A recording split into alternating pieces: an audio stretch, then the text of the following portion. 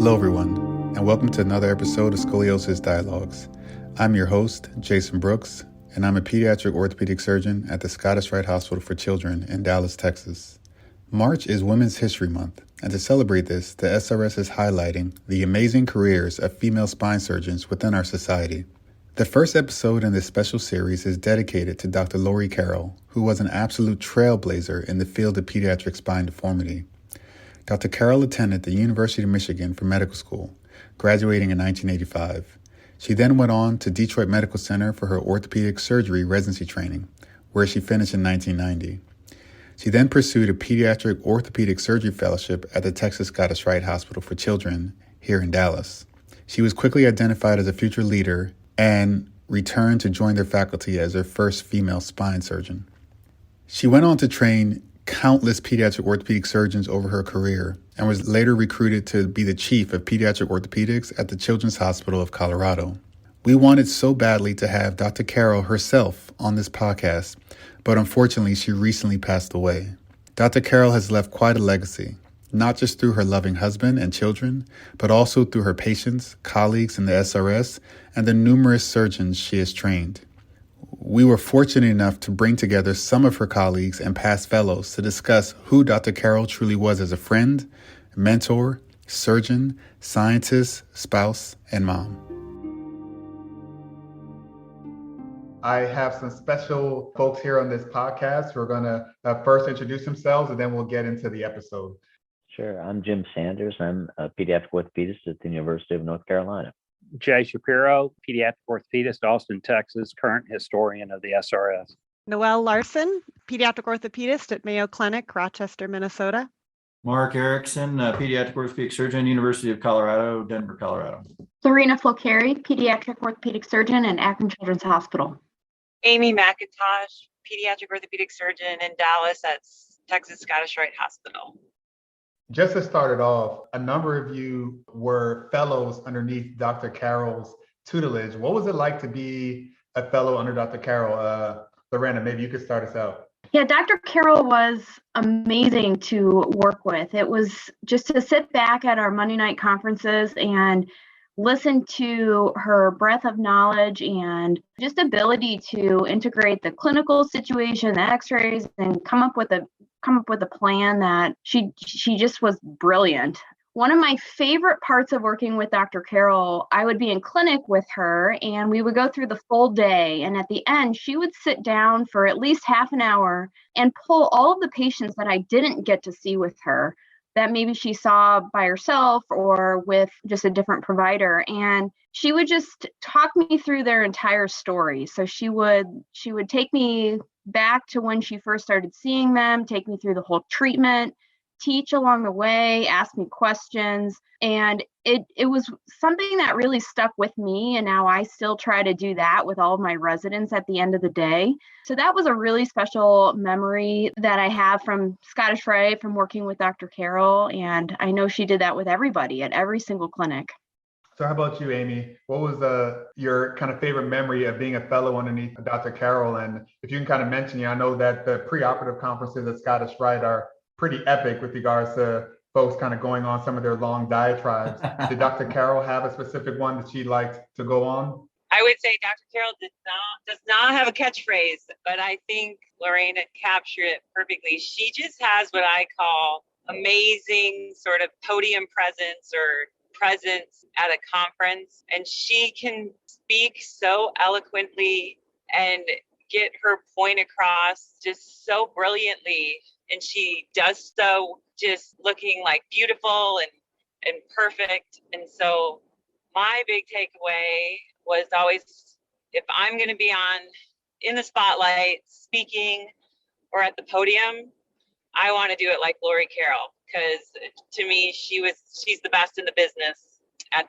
that. So basically, I'm constantly trying to do that anywhere where I'm speaking in public. I don't think I'm quite at her level yet, but I think it's a pretty good person to try to emulate. I'd add maybe 2 points to that. Lorena Karol is someone who synthesizes data, and she also synthesizes people. So she brings different people together. She promotes the younger people. She provides insight into challenging situations as far as leadership, both at a local level and at a national level for SRS and POSNA. She's very analytical, and I admire that about her. And then she's also very caring. So she tries to promote the next generation and provides younger people with accesses to resources or connections or ideas that are going to really help them take their career to the next level.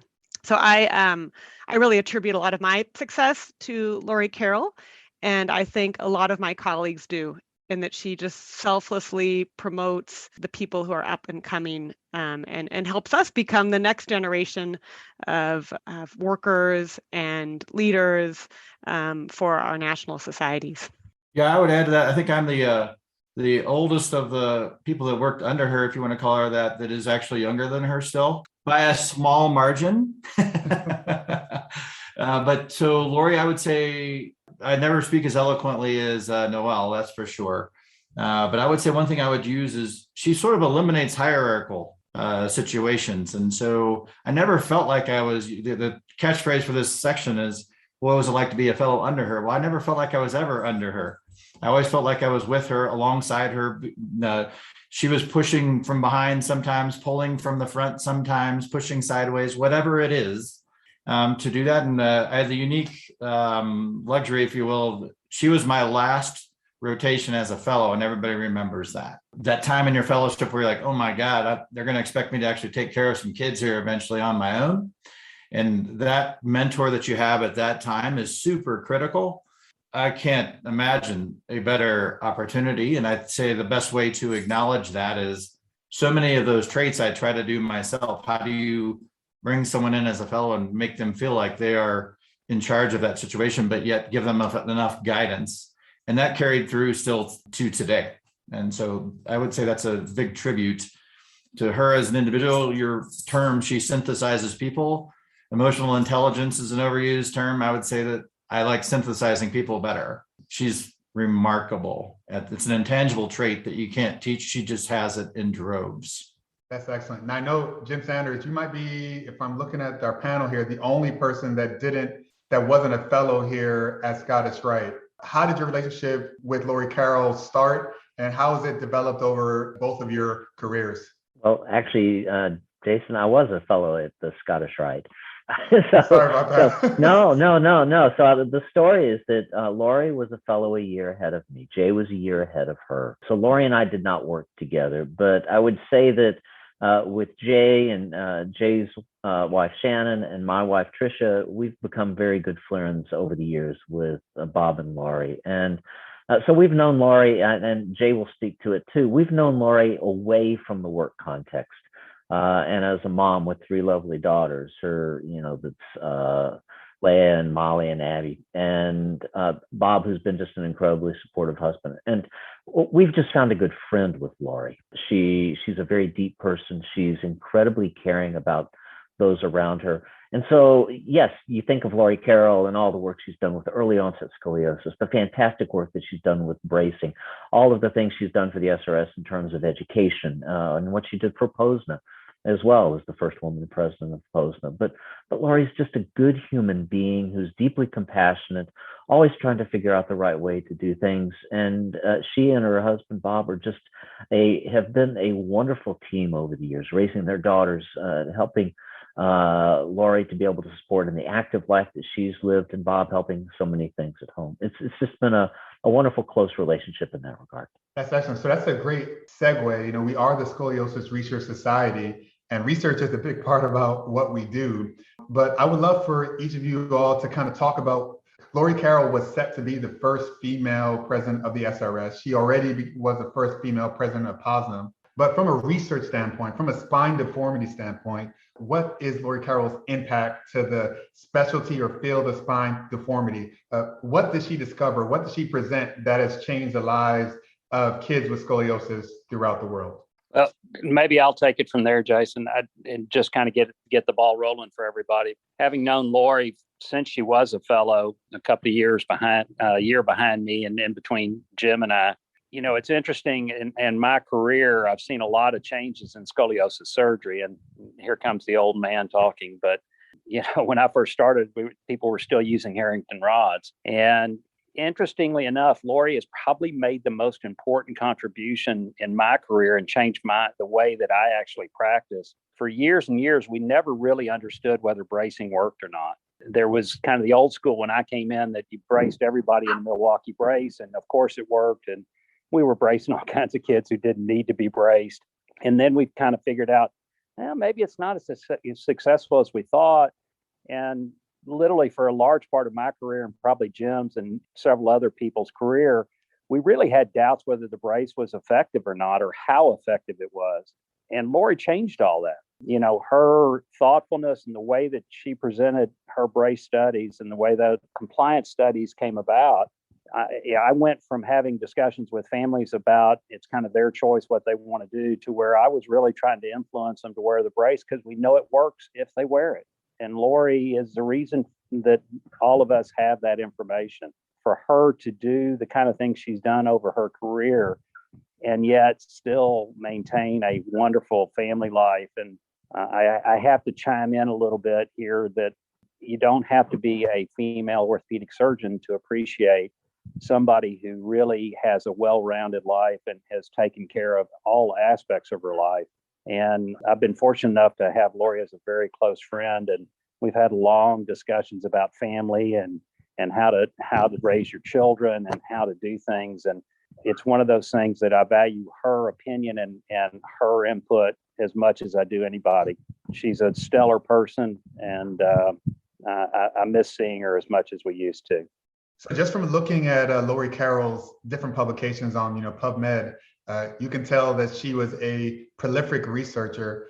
To Noelle and Amy, both of you all have established yourselves as very active in the SRS so far, and kind of along the same line as Lori Carroll. How has she influenced your research focus in spine deformity so far? How does she mentor that along so that we can continue to innovate and change the field of scoliosis in children, or just deformity in general? I guess I'd say Dr. Karol is one of the toughest individuals I've ever met. And she always universally promotes a positive attitude and a positive spin and a positive outlook. So I think anyone doing research is faced with challenges and disappointment. And Lori Carroll stands right back up again and puts a smile on her face and just keeps on going. So I have taken a lot of inspiration from Lori and her attitude and her persistence and her dedication. And at the end of the day, we want to make care better for children. And I believe that's what motivates Lori and her research efforts. We want to make spinal deformity care better. So I think at the end of the day, it's not about ego, it's not about podium papers, it's about changing care. And I've tried to take that as my mantra for research as well, that we want to have new treatments for spinal deformity. Yeah, I would echo what Noelle is saying. And Lori also had an uncanny ability to kind of, like Noelle said, look at problems differently. I mean, she was also the director of the Gait Lab here. I know you're talking about spine deformity, but a lot of people were publishing on, cerebral palsy, and Lori's thought was like, I'm going to publish on clubfoot and hip dysplasia and how that affects gait. And then she kind of did the same thing with scoliosis bracing. Like Jay said, she started looking at the failures and like teasing out what are the things that made them differently, and then also consequently looked at the ones that succeeded. And that's how she managed to synthesize the data and figure out it's really about dose of brace wear based on your maturity. And I think that was a very novel kind of idea or concept for all of us, but now it makes, complete sense. And like Noelle said, it was all to benefit patients and help them the best that she could. And honestly, I quote her data, or her, basically, I hear her in my head, which might be weird, literally like every day in clinic, I quote her, when I'm counseling my patients. about their different, treatments, especially the scoliosis brace and the compliance monitoring. So basically, I feel like she's with me all the time. Jay, as our SRS historian, you've kind of looked through the lineage of SRS presidents. I would love if you could speak to what did Lori Karol have to do? What were some of the, because there are a lot of people that may want to one day be in the presidential line of the SRS, but what did you see that Lori Karol needed to do or needed to accomplish in order to get into the presidential line and kind of progress through the society like she did? Yeah, Jason, I think that's a great question. And, it speaks to Lori's abilities. And as people have said before, Lori is not only a brilliant orthopedist and scientist, but she really understands how to interact with people, from actually having seen several of her patients and concert with her later in my career and how much they really love her, to the fact that she could walk into a room and kind of immediately, after getting a gauge of the situation, really understand the room and everybody in it. In all honesty, the presidential line is obviously stellar orthopedic and spine surgeons, but it's not just that. You also have to have the organizational skills and really the work effort. And so, it's a combination of a lot of things. And Lori was always a very, very hard worker from the time that she was at UC Davis in California to, when she got back to Scottish Rite. And she had a way of not only working hard, but also organizing things. And in the year that she was president of POSNA, I was fortunate enough to be the historian, and her meetings were the best meetings that I had and sat through. She was incredibly organized. And it was one of those things that people realize that. And Lori, I always used to joke with her that she's kind of become to be the first of anything, you have to be really, really good, and you have to have a certain temperament. And Lori was not only really, really good, but she was always calm and under control. I never saw her lose her cool. I never saw that in any kind of public setting. She never lost her cool, never really raised her voice to anybody. It was the consummate leader. There's no doubt, no reason in my mind that there was anybody else that should have been the first for both societies. That's very telling. It's not just about doing the research, but you have to have those people skills, also those organizational skills. That is a great, summary overall. And, I know we had kind of hinted on it, but work-life balance is always something I love to sit at people's feet and just learn better, because I always feel like I'm maybe getting close to it and then I fail and then get close again. We've all, at least I've heard hints that Lori Karol was a master at this, but, just my wife's a physician, and I realize there is a double standard. When we both come home, the kids are expecting different things from us. And we all know how challenging it is to be a spine deformity surgeon. What did you all see that Lori Karol did in order to balance being a high-level researcher, a high-level spine deformity surgeon, and a high-level mom and a high-level wife? What were the tips and tricks that you guys saw that she kind of did in order to make it work? I would chime in really briefly that I think Lori would give an awful lot of the credit to Bob. Just the fact that they had such a wonderful, strong relationship. Bob was the stay-at-home person who was always there to take care of the things. And Lori's like all of us. Lori will tell you that there are times that she struggled with this work-life balance too. And many of the things that she would have to do with her career to make sure that her daughters were well cared for as well. So it's, even though we may hold Lori up on a high pedestal, Lori would not want to be on that pedestal. She'd want to tell you it's work, and you have to make conscious efforts and conscious decisions to make sure that your family's part of things. Yeah, I would dovetail on that. I'd say I've had very fortunate in my life to be really good friends with several great CEOs of organizations. And I think things that Lori possesses and those folks do as well as, and I think I heard Noelle Larson say this at IPOS, and if I'm wrong, Laura, Noelle, you correct me, but the concept of being one person. And Lori always told me about that. And I at times would say, what do you mean by that? She goes, well, I don't change who I am based on what room I'm in or who I'm with. It's the same. And the struggles are the same, right? And so if you're leading a great, Jim's a wonderful leader in a department chair where he's at, and I guarantee he wouldn't stand up and say, North Carolina is all about Jim Sanders. No, it's all about the constituents that you build around you. And Lori was and is amazing at that specific trait. And it carries through at home. And she would at home, if you've been to her house or out to dinner, Bob gets unbelievable amounts of credit as he deserves. And she's wonderful at bringing it in ways that are, uniquely received by those individuals. And that's an undying characteristic that I've always tried to emulate that she does. Very difficult to do so, but she does it seemingly without effort. As a fellow, she was such an incredible role model, though. I felt the whole year, I felt like she just had it all. And I wanted what she had, with a supportive husband and daughter she was so proud of. And she just really seemed to have it all. And she made it look easy.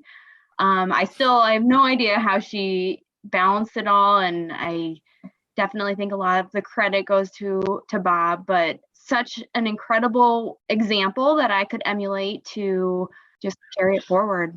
I always kind of thought the Lifetime Achievement Award should go to two people, or maybe to the whole family. Like the kids should win the Lifetime Achievement Awards as well. Well, it really is the home team too. You need to have that stable home environment to really achieve at the highest level and to be that one person. Because I think if you're struggling at home, it's hard to have the creativity and the energy to do the good work at our committees and leadership opportunities and meetings and research. So yeah, I think she has an awesome team. That's a great point. And, it'd be great to have a future episode of really maybe just the spouses to say, how did they do it? So they could create like a roadmap of how to be a supportive spouse to a spine deformity surgeon in the SRS. Like that could be, I think, an hour-long podcast episode by itself. But, just to, take a pause, are there any other aspects of Lori Carol or her life that you guys feel like you want to bring up? Because I kind of went through my series of, questions, but I feel like there's something missing, but that just might be because I didn't have a close relationship with her. Is there any other viewpoint that we should, bring out? I would bring up a little bit Lori's background. Her dad is a long distance truck driver. Yeah. She has come a long way from where she was growing up to going to the University of Michigan, to become an orthopedic surgeon, to becoming the first president of these societies. Lori has come a long way, and it requires an awful lot of dedication and caring and capacity to be able to do that. And Lori showed all of that in spades. Yeah, Jim, I agree with you. I think that really ought to be highlighted, the fact that her background, she didn't come from a family that had, doctor after doctor, and, uncle was a doctor and grandmother was the first female doing that. She came a long way, and amazing to me, always handled everything with incredible grace. And she fought there were a lot of battles. She made it look easy, but trust me, it was not easy. As somebody who was kind of a shoulder to lean on and to talk to, and, talk about issues that she was having with colleagues and everybody else. It just like the rest of us, but as the ladies on this group can attest to, it is always more difficult for a young woman and for a female to do that in our world. And she handled everything with grace, but she'll be the first one to tell you it was never easy. She persevered through. Yeah, one thing I'd like to add on to that with Jay and Jim's brilliant comments there is Lori always had I had luxury of having many conversations with her, some of them more recent as she moved to Colorado. But one thing is a concept that she lived by is whoever said this whole thing called life is fair. And I mean, as in months ago, with all that she's got going on right now, she said that. Yeah. Whoever said that this was fair, it isn't. So get over that and figure out how you're going to bring your best game no matter what it is. And that is sort of like her undying spirit, in my opinion. Just, it's not fair. I got it, but I'm still going to go for it. And here we go. And what a powerful insight, because you see the 5-year-olds, they spend so much energy fighting over what's fair and not fair. But if you can have that level of acceptance of this is our reality, this is Half Dome, This is, Mount Rainier, whatever you're trying to climb. Mark and I, Right. like the outdoors, but Right. whatever you're trying to climb, you're not going to change the mountain. You just have to change yourself. Yeah. So, I mean, it's a powerful insight, and to build that team around you that's going to make your expedition a success. Yeah, I would agree, Mark. I think that's one of the things, that sticks with me the most is Lori from the get-go, told me, because I would sit in her office a lot, just, talking. And she would be like, yeah, it's not fair. Just find your way to work around whatever obstacle is in front of you, to get what you want. I feel like in any aspect of your life, if you do that, you're going to be successful, as she has been successful in all aspects of her life. And I guess, finally, again, knowing that this is Women's Heritage Month and this episode is starting off our series of podcasts, our podcasts are available for everyone to download. And there will be little girls, teenage girls, maybe hoping one day to be orthopedic surgeons one day. What do you think is that lasting legacy that Lori Karol has kind of paved the way for our teenage girls who are listening to this podcast? Just some final words on that. I can start. I can remember her telling me, Amy, there's going to be so many times where you're probably going to be the only female in the room or the only girl in the room. So you can't hide. So don't try to hide. Just be great. And I think Noelle and I both remember her telling us, get up after a talk and ask intelligent questions and, and be heard. And so that personally has always, stuck with me. I don't know what Noelle has to say about that. I was just going to add at the end, I mean, when I think about Lori Karol, she truly loved her patients. She knew her patients. She invested in her patients. She'd almost spend longer with the 17 or 18-year-olds who were graduating from the practice to talk about what their career goals were and where they're going to college or what are their future plans. So I've taken that to heart as well. And I try to invest in my patients and say, you need to go become an orthopedic surgeon. If someone expresses an interest in healthcare, I say, no, we really would rather you be an orthopedic surgeon because it's a wonderful job and it's a great job for women. And it's a wonderful way to help people really at closest to the highest level, I think. I mean, we're really involved in people's lives and people's futures. So I guess that's what I'd say to the young people listening to this. Go out and become an orthopedic surgeon because it's the best job ever. Jason, you won't want to leave it with me since it's Women's History Month and you're trying to do all of this. But I would also say that for young women and really for anyone, it's go out, seek to be excellent and maintain your integrity as you do it, because that's what Lori's done all along. It's like you said, she's not a different person when she's at work than when she's at home, than when she's up on the stage, than when she's president and leading a society. She's the same person all the time. I'll just say that I kind of view Lori as the Jackie Robinson of women in orthopedic surgery, and especially in spine surgery. She's handled everything with grace and has fought the battles. And to the young women who are contemplating orthopedic surgery and spine surgery and pediatric spine surgery, it's been a wonderful career for all of us. And some of the best pediatric spine surgeons I know are women, and there's no reason that you should think that that's not obtainable for you. And Lori paved the trail for you. All right, Lorena, bring us home. Yeah, as I think the youngest panelist here, a lot of the guiding principles that I use in my career and how I treat my patients are really a direct testament of how she has changed the field of early onset scoliosis. And a lot of the principles with bracing, as you mentioned, and pulmonary function and thoracic height, and all of these principles that are really the foundation of what I do day to day for early onset scoliosis are really her legacy and a testament to her. And that will be just a lasting contribution to the field that really has helped change the face of how we treat scoliosis. So I owe her so much. I really feel so privileged to have worked with her. And it's hard. It's just hard to sum up exactly all of what she has contributed to the field. So I'm very grateful. And I think Lori would want us, just like everyone said, I think she paying it forward and trying to help the younger generation and do all you can to move them forward as well. I think that's the best way to help women, is to promote the future as well. Awesome. And I know I am extremely lucky to be a Scottish Rite working with 2 female spine deformity surgeons. You think about how few there are, and for them to be so concentrated at one institution, again, I think speaks to Lori Carroll's legacy at the Scottish Rite Hospital for Children. I thank you all so much for your time here. This is an amazing way to kick off our series on Women's History Month.